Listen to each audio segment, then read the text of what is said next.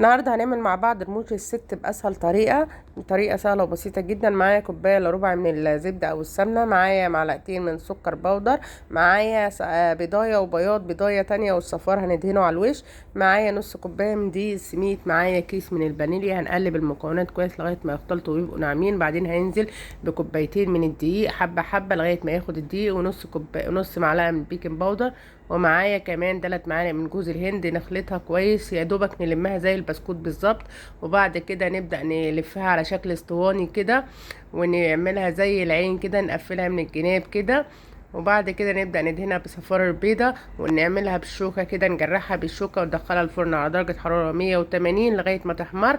ولو حبينا نولع الشواية نولعها، ولما تطلع بالشربات يكون سخن، وهي سخنة شربات زي بتاع البسبوسة بالظبط خفيف، وبعدين هتبقى بالشكل القمر ده وبألف هنا.